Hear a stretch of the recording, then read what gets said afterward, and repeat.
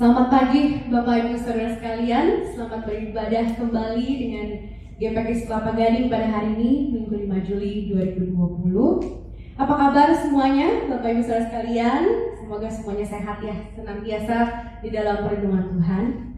Mari kita ambil waktu sejenak, yuk kita saat teduh sebelum kita mulai. Mari kita tenangkan hati dan pusatkan pikiran supaya kita siap memuji Tuhan dan mendengarkan firman-Nya.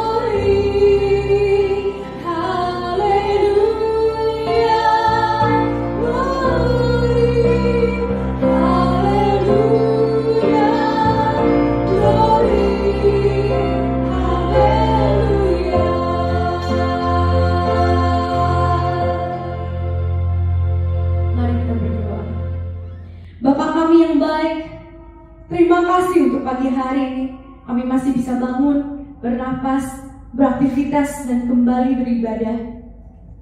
Kami bersyukur atas sepanjang minggu ini yang Tuhan sudah sertai.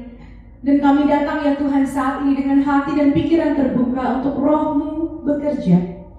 Kami sungguh rindu pernyataan hadirat-Mu dan jamahan-Mu. Ubah kami Tuhan melalui firman-Mu yang akan disampaikan oleh hamba-Mu. Berbicara dan beracara ya Tuhan, sebab Engkau-lah Tuhan, Raja atas hidup kami.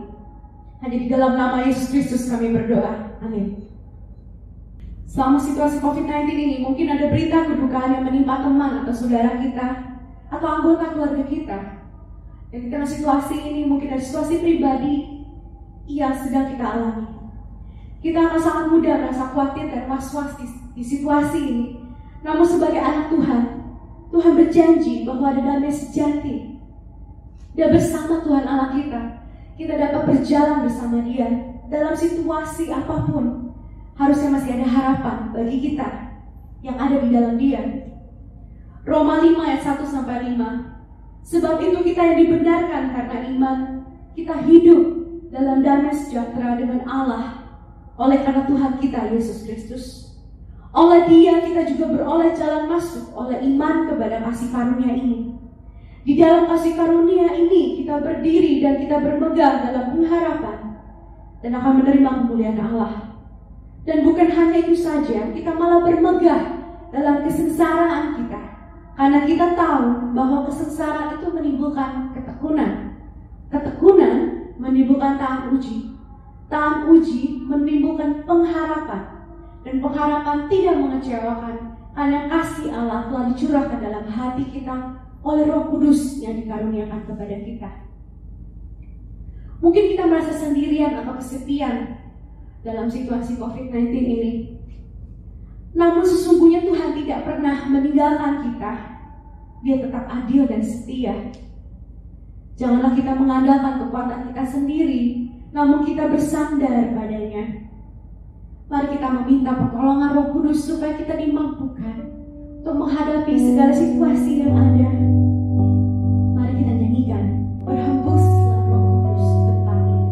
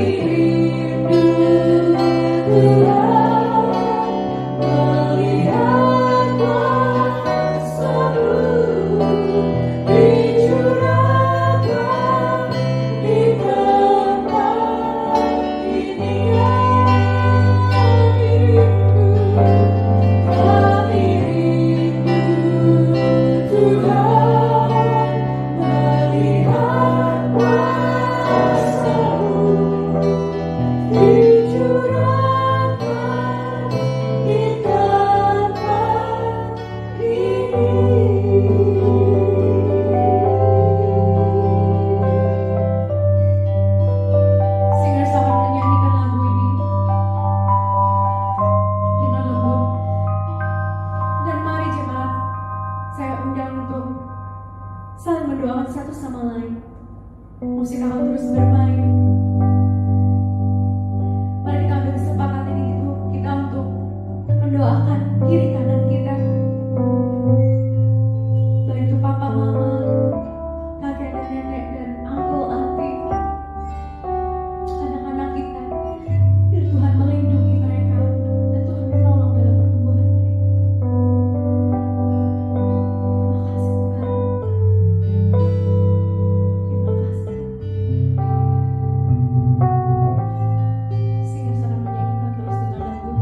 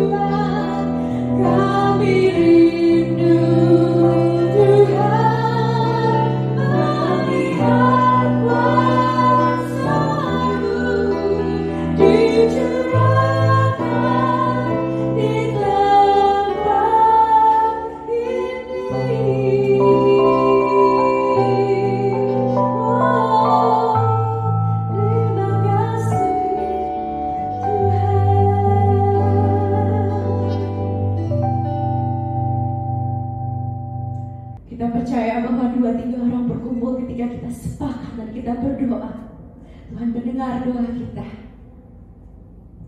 Kita mau melanjutkan pujian dan penyembahan kita sebelum mendengarkan firman Tuhan. Yesuslah pengharapan yang tidak pernah mengecewakan.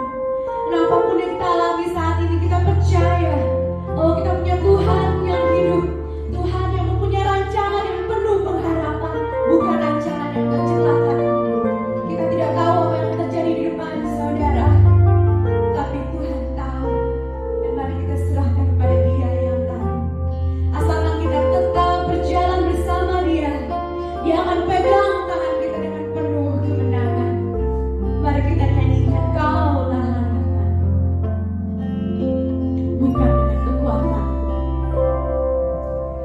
bukan dengan kekuatanku, ku dapat jalani hidupku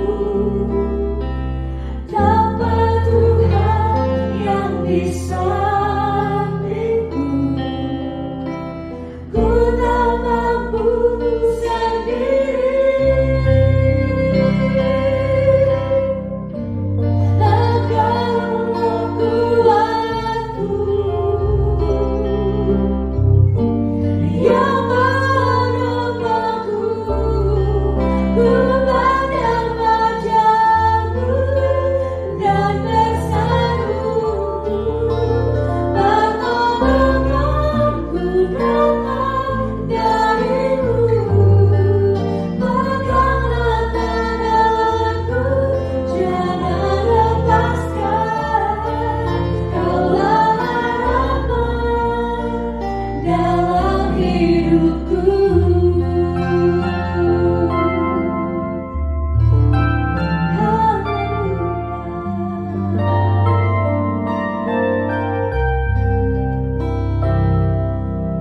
Bukan dengan kekuatanku,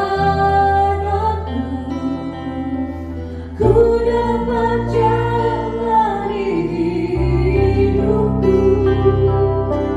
tanpa Tuhan yang di sampingku. Ku tak mampu sendiri, Engkaulah kuatku yang menopangku.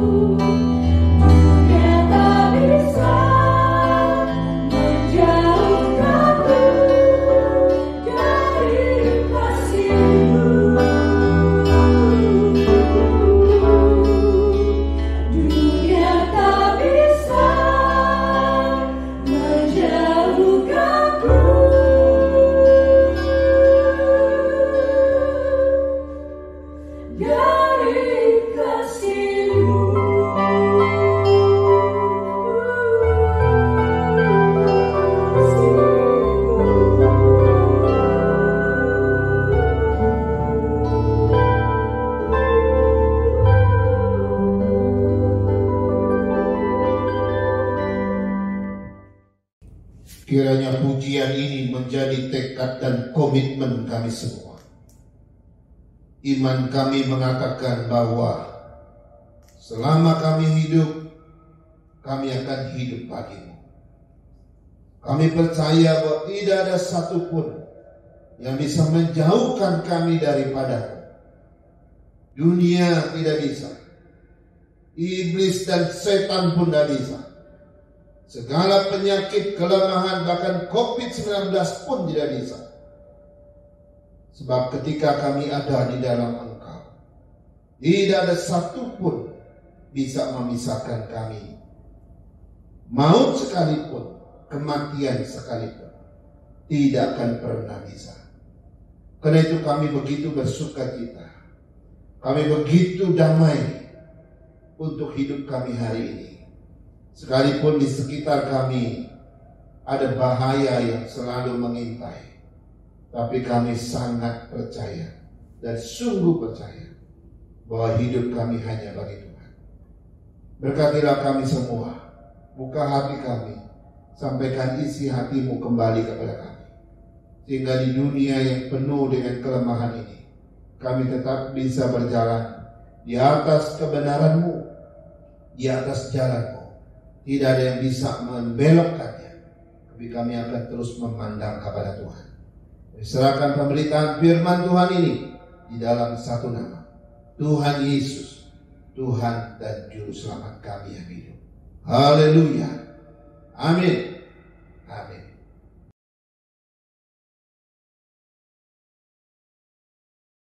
Baik Bapak Ibu Saudara sekalian, mari kita membaca bagian firman Tuhan yang sudah pernah kita bacakan beberapa minggu yang lalu, yaitu dari Kisah Rasul pasal 2 ayat 41 sampai 47. Kisah Rasul pasal 2 ayat 41 sampai 47, demikian firman Tuhan. Orang-orang yang menerima perkataannya itu memberi diri dibaptis, dan pada hari itu jumlah mereka bertambah kira-kira 3.000 jiwa. Mereka bertekun dalam pengajaran rasul-rasul dan dalam persekutuan, dan mereka selalu berkumpul untuk memecahkan roti dan berdoa. Maka ketakutanlah mereka semua, sedang rasul-rasul itu mengadakan banyak mujizat dan tanda. Dan semua orang yang telah menjadi percaya tetap bersatu, dan segala kepunyaan mereka adalah kepunyaan bersama. Dan selalu ada dari mereka yang menjual harta miliknya, lalu membagi-bagikannya kepada semua orang sesuai dengan keperluan masing-masing. Dengan bertekun dan dengan sehati mereka berkumpul tiap-tiap hari dalam bait Allah. Mereka memecahkan roti di rumah masing-masing secara bergilir dan makan bersama-sama dengan gembira dan dengan tulus hati sambil memuji Allah. Dan mereka disukai semua orang, dan tiap-tiap hari Tuhan menambah jumlah mereka dengan orang yang diselamatkan. Saudara-saudara sekalian, hari ini kita masih di dalam seri khotbah kita tentang peranan Roh Kudus di dalam jemaat mula-mula, atau peranan Roh Kudus di dalam gereja. Saudara-saudara, kalau kita mempelajari tentang peranan Roh Kudus, maka kita akan mempelajari satu topik dalam firman Tuhan yang gak habis-habis, saudara-saudara. Kenapa? Karena sejak Roh Kudus turun dan tinggal bersama gerejanya, dan ia terus diam bersama kita sampai hari ini, bahkan sampai kepada akhir zaman. Dan selama itu pula Roh Kudus terus bekerja, Roh Kudus terus berperan di dalam pertumbuhan gereja, di dalam misi Tuhan, di dalam ladang Tuhan. Karena itu tema ini gak bakal habis kita khotbahkan atau kita renungkan, karena Roh Kudus luar biasa dalam pekerjaannya. Nah, beberapa minggu yang lalu kita sudah melihat peranan Roh Kudus dalam gereja mula-mula, dan kita sudah menyelesaikan 6 poin, saudara. Ya, nah hari ini kita akan lihat 4 poin berikutnya. Karena itu sebelum kita lihat yang hari ini, mari kita mengingat kembali 6 poin yang sudah kita renungkan. Peranan Roh Kudus yang pertama pada beberapa minggu lalu adalah Roh Kudus membimbing orang untuk percaya, dan Roh Kudus juga menuntun orang untuk menyerahkan diri kepada Kristus untuk dibaptis. Kalau kita melihat 3.000 orang langsung bertobat ketika mendengar Injil, itu bukan kehebatan para rasul. Itu bukan kehebatan khotbahnya Petrus, tapi itu karena pekerjaan Roh Kudus. Jadi kalau ada orang bisa percaya Tuhan, itu bukan karena kita, itu juga bukan karena hamba Tuhan yang melayani kita, tapi itu karena Roh Kudus, saudara. Yang kedua, Roh Kudus mendorong jemaat untuk bertekun dalam firman Tuhan. Roh Kudus yang membuat orang lapar dan haus akan firman. Kalau ada orang lapar dan haus akan firman, Roh Kudus sedang bekerja di dalam diri orang itu, sehingga dia terus haus dan terus lapar akan kebenaran Tuhan. Yang ketiga, Roh Kudus mendorong jemaat untuk bertekun dalam persekutuan. Saudara-saudara, kalau Roh Kudus bekerja dalam diri seseorang, maka dia akan rindu akan persekutuan. Kalau ada persekutuan di dalam gereja atau adanya persekutuan yang di dalam komunitas umat Tuhan, itu karena Roh Kudus sedang bekerja. Tanpa Roh Kudus nggak mungkin kita bersekutu. Kalau orang menjauhkan diri dari persekutuan, maka itu juga tandanya Roh Kudus sedang tidak bekerja di dalam diri orang itu. Lalu poin yang keempat, Roh Kudus selalu mengingatkan jemaat untuk memecahkan roti. Di sini adalah untuk melakukan perjamuan kudus. Tuhan selalu mengingatkan, atau Roh Kudus selalu mengingatkan apa yang dikerjakan oleh Kristus. Kristus mati di kayu salib. Roh Kudus sedang mengaplikasikan keselamatan yang terjadi di kayu salib itu, ya, supaya kita terus dipersekutukan dengan tubuh dan darah Kristus. Itulah maknanya memecahkan roti di sini. Kemudian yang kelima, Roh Kudus selalu mengingatkan jemaat untuk selalu berdoa. Ya, doa adalah alat anugerah yang Tuhan berikan kepada umatnya, dan berdoa itu adalah tanda iman. Jadi kalau kita sedang berdoa, itu tandanya kita beriman. Kalau kita beriman, kita pasti berdoa. Dan Roh Kudus selalu mengingatkan itu sebagai sebuah kebenaran di dalam diri orang percaya. Dan yang terakhir kita sudah lihat, Roh Kudus membuat jemaat memiliki rasa takut dan gentar di hadapan Tuhan. Ketika kita beribadah, Roh Kudus selalu bekerja supaya kita memiliki rasa takut, rasa gentar, rasa takjub, rasa hormat kepada Tuhan. Kalau Roh Kudus nggak bekerja, orang tidak akan menghormati hadirat Tuhan. Karena itu hari ini kita bersyukur kalau kita terus mengalami pimpinan Roh Kudus, sehingga ketika kita ibadah, kita penuh dengan rasa takjub, rasa hormat, rasa takut dan gentar di hadiratnya. Nah saudara, 6 poin ini sudah kita pelajari. Nah hari ini kita masuk dalam seri yang ketiga, maka kita akan melihat 4 poin berikutnya. Nah mari kita lihat apa saja peranan Roh Kudus selanjutnya di dalam jemaat mula-mula. Yang ketujuh, ini lanjutan yang beberapa yang lalu, yang ke-6 poin itu. Sekarang kita yang ketujuh. Yang ketujuh adalah peranan Roh Kudus di dalam jemaat mula-mula. Roh Kudus menyatukan umat Tuhan, saudara. Ya, dia menyatukan orang percaya. Ayat 44 bagian A mengatakan begini. Dan semua orang yang telah menjadi percaya tetap bersatu, saudara. Ya, saudara, ini di dalam jemaat mula-mula sebenarnya ada banyak etnis di dalam gereja yang pertama ini. Gak cuma etnis Yahudi saja, tetapi juga ada orang Yunani yang menjadi Kristen di situ. Juga ada bangsa-bangsa lain yang sudah jadi Kristen di situ. Ada orang Samaria, ada bangsa-bangsa lain yang juga ikut jadi Kristen. Saudara-saudara, kita tahu bahwa sebelum ada gereja, ya, di dalam kebudayaan orang Yahudi itu nggak mungkin bisa bersatu dengan bangsa lain. Kenapa? Karena orang Yahudi punya satu paradigma bahwa mereka melihat suku lain itu adalah najis bagi mereka. Ya, mereka anggap suku lain itu kafir dan najis bagi mereka. Sehingga orang Yahudi nggak mungkin bersatu dengan orang Yunani. Orang Yahudi nggak mungkin bersatu dengan orang Samaria. Ya, padahal orang Samaria adalah orang yang juga memiliki darah orang Yahudi, cuma percampuran. Itu saja mereka nggak bisa terima. Ya, nggak mungkin orang Yahudi bersatu dengan bangsa lain. Tapi yang menarik di dalam jemaat mula-mula ini, begitu lahir gereja pertama ini, ada orang Yahudi, ada orang Yunani, ada orang Samaria, ada orang bangsa-bangsa lain. Dan mereka bisa begitu bersatu. Saudara, ini bukan kehebatan mereka. Ini bukan kehebatan gereja yang mula-mula ini. Tapi itu adalah hasil pekerjaan Roh Kudus. Kalau Roh Kudus sudah bekerja, maka sebeda apapun mereka pasti bisa bersatu. Ya, Roh Kudus kalau sudah bekerja, maka Roh Kudus akan meniadakan dinding-dinding pemisah. Roh Kudus akan meniadakan pembatas-pembatas di antara suku-suku, antara etnis yang apapun di dalam gereja itu. Kalau Roh Kudus sudah bekerja, perbedaan latar belakang, baik suku, budaya, dan bahasa itu ditiadakan sama Roh Kudus. Kalau Roh Kudus sudah bekerja, maka status sosial, baik antara orang kaya dan orang miskin, orang yang memiliki jabatan dengan orang yang tidak memiliki jabatan, itu ditiadakan. Sehingga semua bisa bersatu di dalam Kristus. Itu sebabnya saudara, di dalam gereja tidak boleh ada yang namanya rasisme. Ya. Di dalam gereja kita nggak boleh membeda-bedakan orang, baik sukunya, warna kulitnya, rambutnya, budaya, bahasa atau latar belakang orang itu nggak boleh. Di dalam gereja kita nggak boleh membeda-bedakan status sosial seseorang. Oh ini orang kaya, oh ini orang miskin, oh ini nggak boleh ketemu, ini nggak boleh bergaul, nggak bisa. Kita semua bersaudara di dalam Kristus. Kenapa? Karena Roh Kudus, natur daripada pekerjaan Roh Kudus, dia menyatukan semua orang percaya.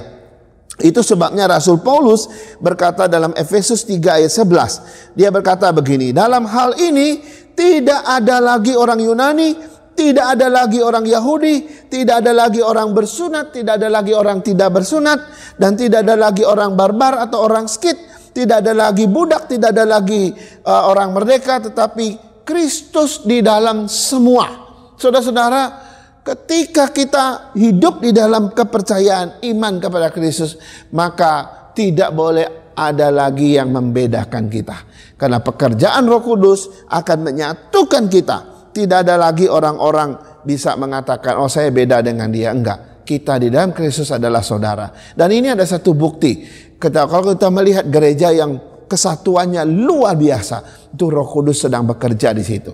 Tapi kalau ada gereja yang berantem melulu, nggak bisa menyatu, itu pasti Roh Kudus sedang tidak bekerja di dalam gereja itu. Yang kedua atau yang kedelapan, ya, peranan Roh Kudus yang kedelapan adalah melahirkan kebersamaan dalam saling memiliki. Ayat 44 bagian B menyebutkan begini, dan segala kepunyaan mereka adalah kepunyaan bersama. Ya, segala kepunyaan mereka, kata ayat ini, adalah kepunyaan bersama. Saudara, ini nggak seperti paham komunis ya. Ya, tidak ada yang bisa memiliki, semua memiliki kebersamaan harta milik itu bersama gitu ya. Tidak, saudara. Tetap ada batasnya, tetapi mereka ada satu rasa kebersamaan di dalam saling memiliki. Ini yang menarik, saudara-saudara, ya.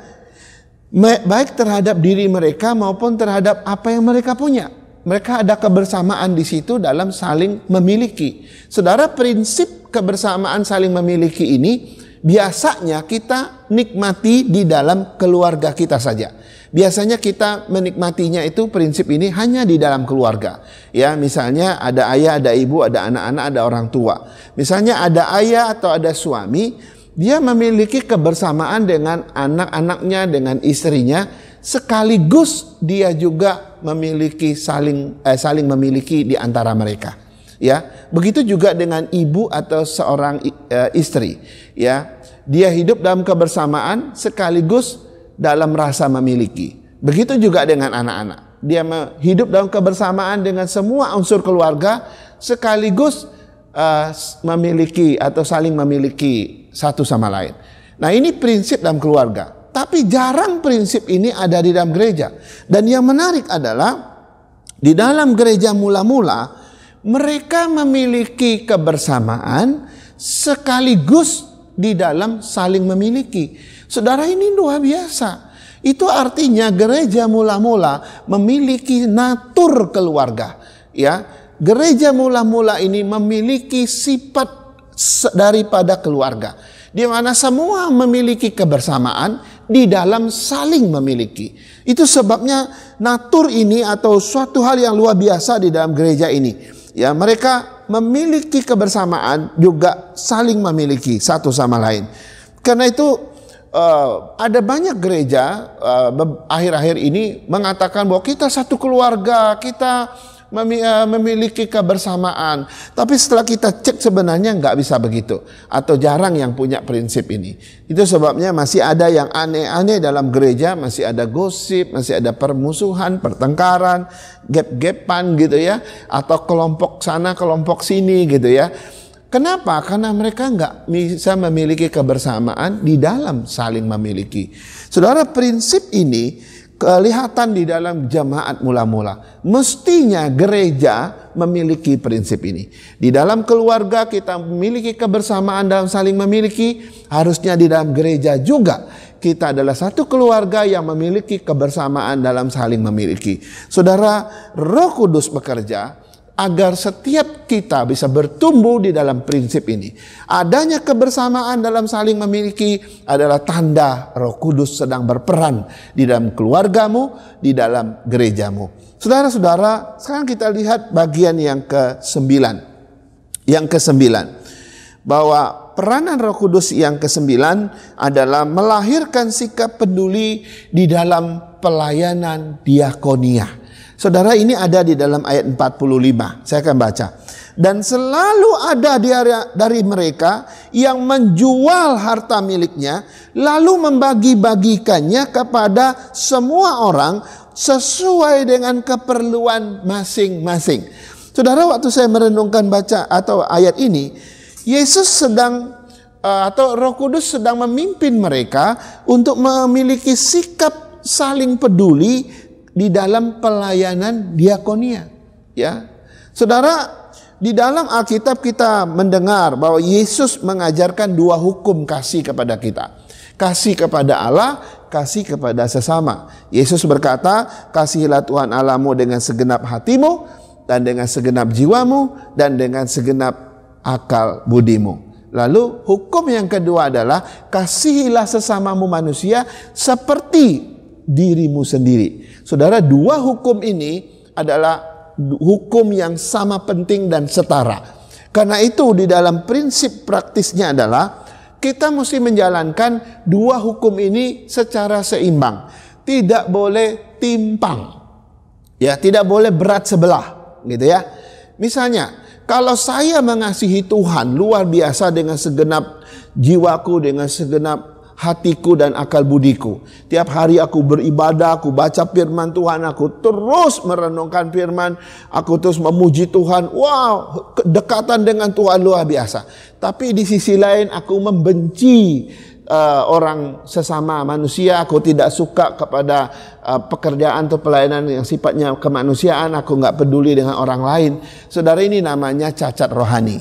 Atau sebaliknya, engkau begitu peduli kepada kemanusiaan, engkau begitu peduli dalam pelayanan diakonia kepada orang, kau harus membantu orang, kau rela berkorban bagi orang, tapi Tuhan tidak pernah engkau cari, enggak pernah kau berelasi sama dia.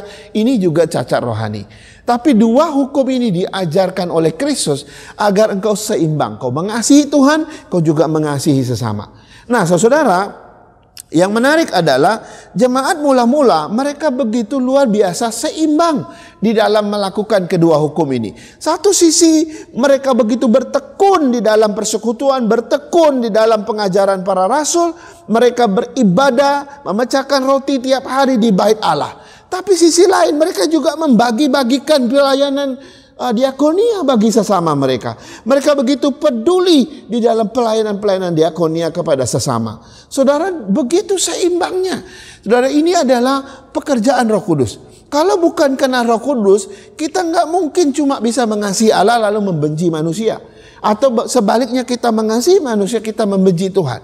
Roh Kudus selalu bekerja agar engkau bisa mengasihi Allah dan juga mengasihi manusia secara seimbang. Saudara-saudara, kita kalau kita melihat prinsip ini di dalam dunia hari ini, saudara, iblis sedang mengacaukan prinsip ini.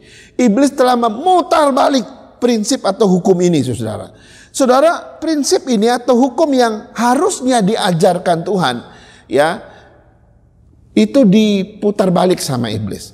Nah, bagaimana dia memutar baliknya? Saya akan memberitahukan buat kita. Prinsip ini harusnya begini. Misalnya begini. Kita mestinya yang benar ya. Yang benar adalah yang sesuai dengan hukum tadi. Yang benar adalah harusnya kita senang melihat orang senang. Betul ya? Harusnya kita susah melihat orang susah. Nah, di dalam hukum itu sama dengan hukum kedua. Artinya ada empati di situ, ada kasih di situ. Ketika orang senang kita senang, ketika orang susah kita juga susah. Di situ ada empati, ada kasih. Saudara, di situ hukumnya sama, mengasihi sesama manusia seperti diri sendiri. Tapi hukum ini telah diputar balik sama iblis. Akhirnya jadinya begini.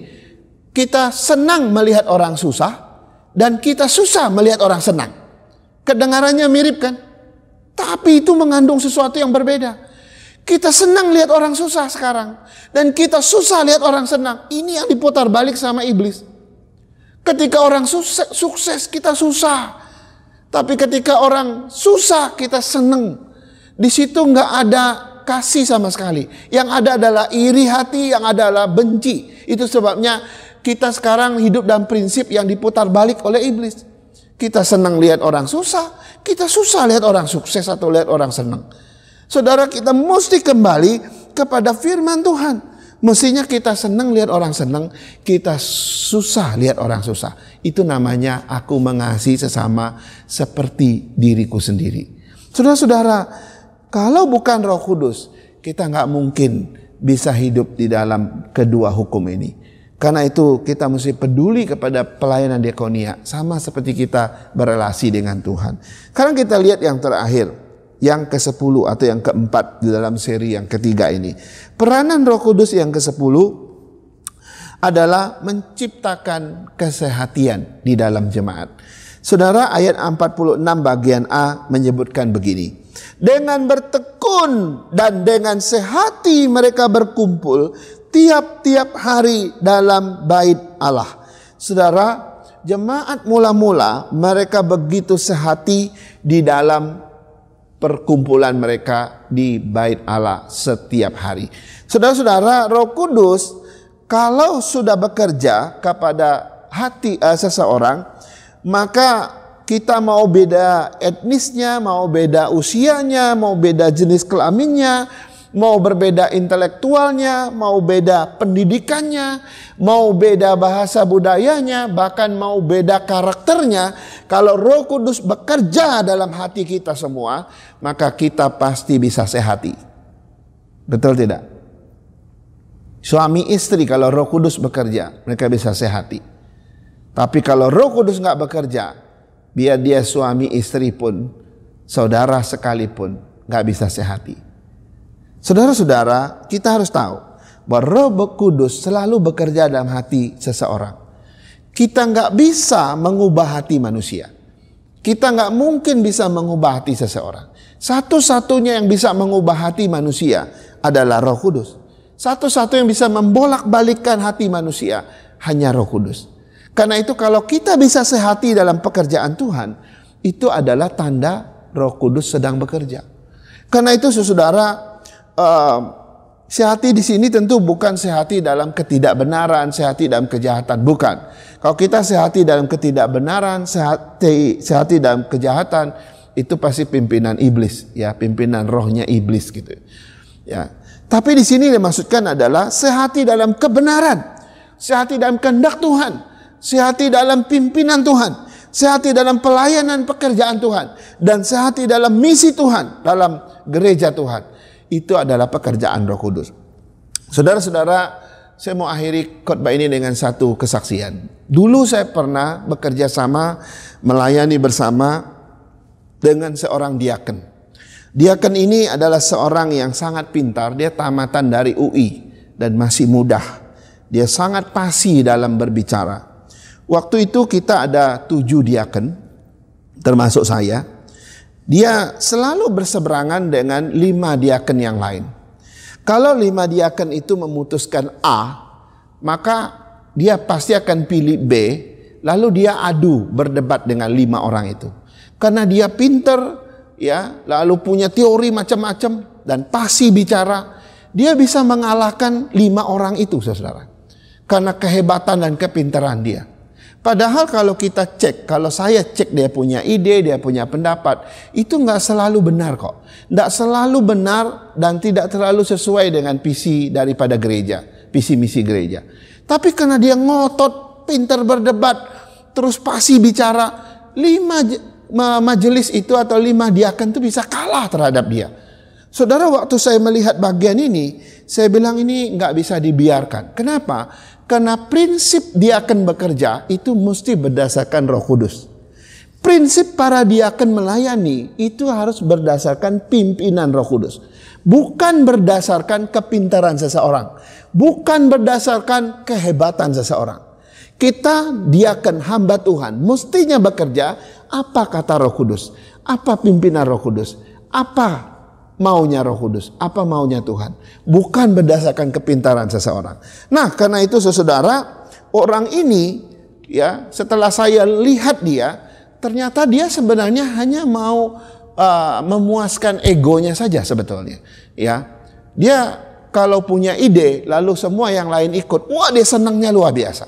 Tapi kalau orang lain yang punya ide, dia nggak rela hormat kepada ide orang, maka dia akan buat ide tandingan, lalu dia debatkan di situ.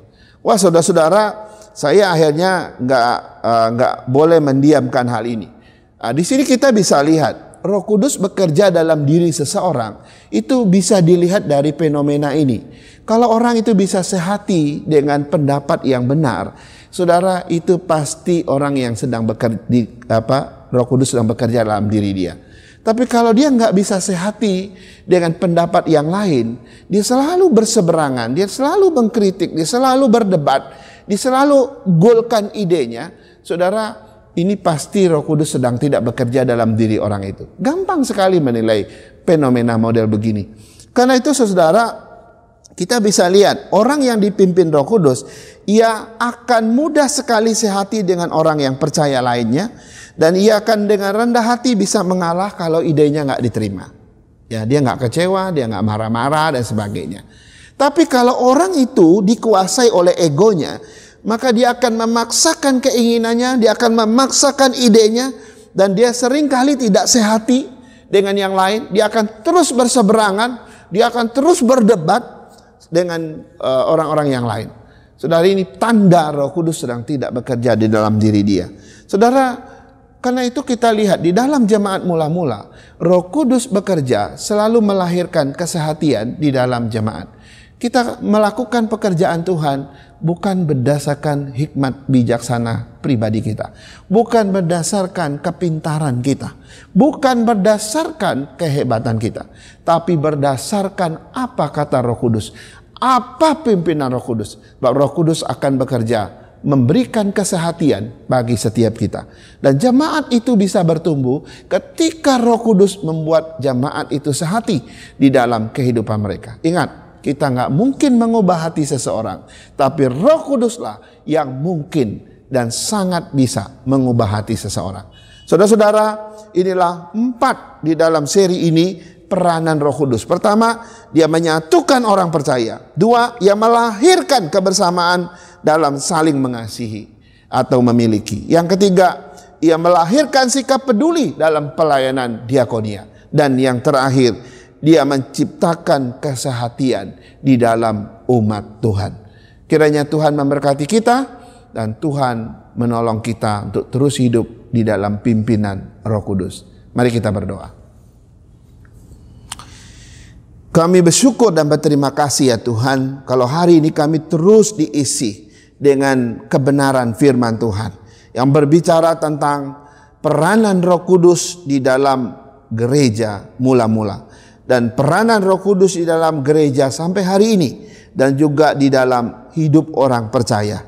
Tuhan, terima kasih karena sungguh kami melihat Roh Kudus tidak tinggal diam. Dia terus berperan, dia terus bekerja. Karena itu kami butuhkan Roh Kudus di dalam keluarga kami, di dalam hidup pribadi kami, terlebih di dalam gereja dan pelayanan kami. Karena itu Tuhan, tanpa Roh Kudus tidak mungkin ada sesuatu pun yang kami lakukan. Tanpa Roh Kudus sesuatu perubahan tidak mungkin akan terlaksana. Karena itu kami mohon agar kami tetap taat kepada pimpinan Roh Kudus, tetap bersedia selalu diarahkan dan juga dibimbing oleh Roh Kudus itu. Sehingga kehidupan kami, keluarga kami, dan pelayanan gereja kami terarah kepada kehendak Tuhan saja. Terima kasih atas firman-Mu, berkati setiap jemaat, berkati keluarga mereka, anak-anak mereka, dan kehidupan pribadi mereka, biar mengikuti pimpinan Roh Kudus senantiasa. Dalam nama Yesus kami berdoa. Haleluya. Amin. Amin. Berikut ini kami rindu menyanyikan sebuah hymn yang berjudul Come Down, Fount of Every Blessing, yang ditulis oleh seorang Methodist pastor, Robert Robinson, seorang yang menulis pada saat dia umur 22 tahun. Dan lagu ini menceritakan bagaimana seseorang yang hatinya seringkali mau menjauh dari Tuhan, dan lagu ini mengingatkan kita untuk kembali kepada Tuhan. Dan hymn ini sebenarnya menggambarkan setiap diri kita yang seringkali dalam situasi kita lupa di mana Tuhan. Tapi biarlah hymn ini boleh menjadi berkat, boleh menjadi pengingat bahwa Dialah fount of blessing, sumber berkat kita. Kita jangan lari ke tempat lain, tapi kita kembali ke Tuhan.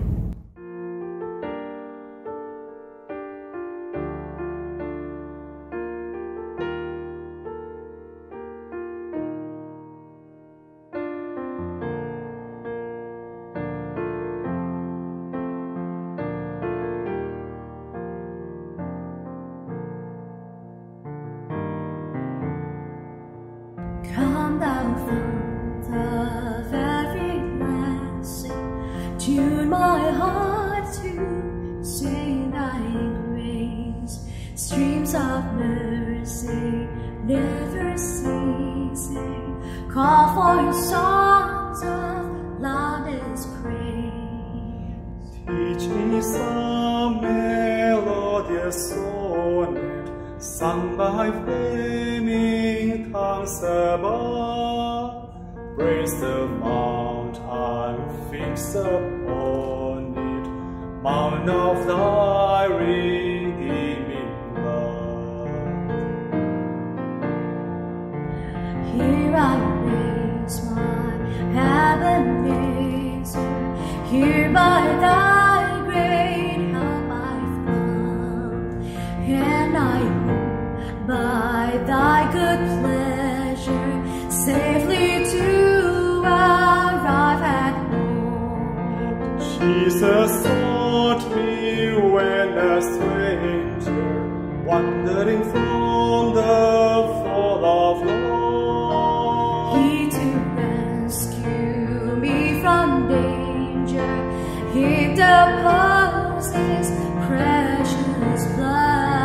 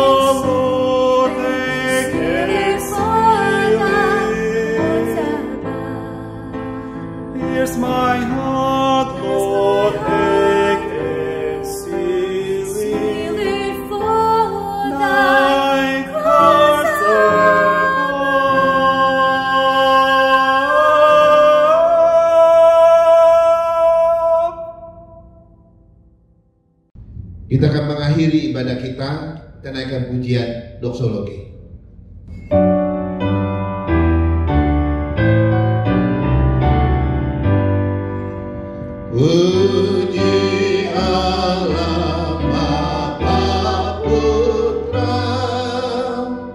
Puji Allah Roh Kudus, ketiganya yang esa, pohon selamat sumber berkah.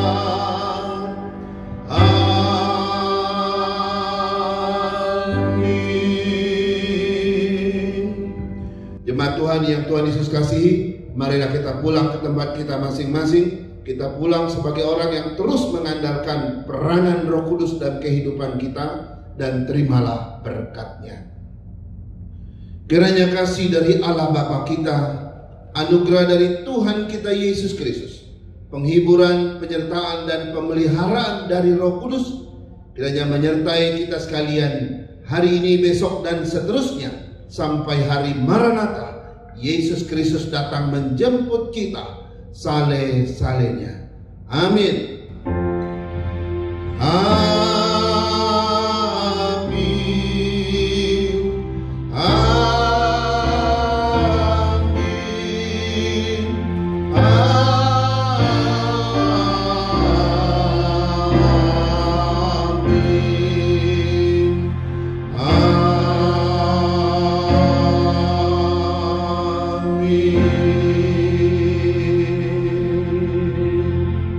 Amin. Ibadah kita selesai. Tuhan Yesus memberkati. Baik Bapak Ibu, saudara-saudara sekalian, jemaat Tuhan yang saya kasihi, izinkan saya menyampaikan beberapa warta untuk kita. Pertama, kami ucapkan selamat beribadah kepada semua jemaat dimanapun berada. Ya, kami percaya ibadah-ibadah kita secara online ini terus memberkati kita dalam iman, pertumbuhan kita, dan saya yakin juga terus menghibur, menguatkan kita di tengah COVID-19 ini. Yang kedua, kami juga terus mengingatkan jadwal-jadwal ibadah kita. Jangan lupa setiap hari Kamis malam ada ibadah doa umum, dan pukul 19.00 kami harap Bapak Ibu dengan semua keluarga bisa berdoa bersama-sama. Tidak lama kok, paling lama 20 menit biasanya. Lalu kami juga mengingatkan untuk anak-anak muda, ada ibadah setiap malam minggu pukul 19.00. Biarlah anak-anak muda kita juga boleh beribadah secara online. Kami tahu memang ada banyak yang sudah pulang di daerah, tapi masih ada yang bisa ikut dari sana. Dan inilah kelebihannya ibadah online, bisa mencapai kita di mana saja.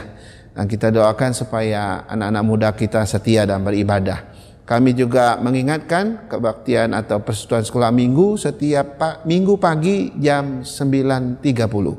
Ya, anak-anak kita mohon dipersiapkan supaya mereka dibangunkan tepat pada waktunya dan bisa mengikuti ibadah sekolah minggu. Dan kalau tidak salah, guru-guru telah merencanakan mulai bulan Juli, maka sekolah minggu kita akan bagi kelas seperti biasa. Nanti setiap guru akan menangani beberapa anak sesuai dengan kelasnya.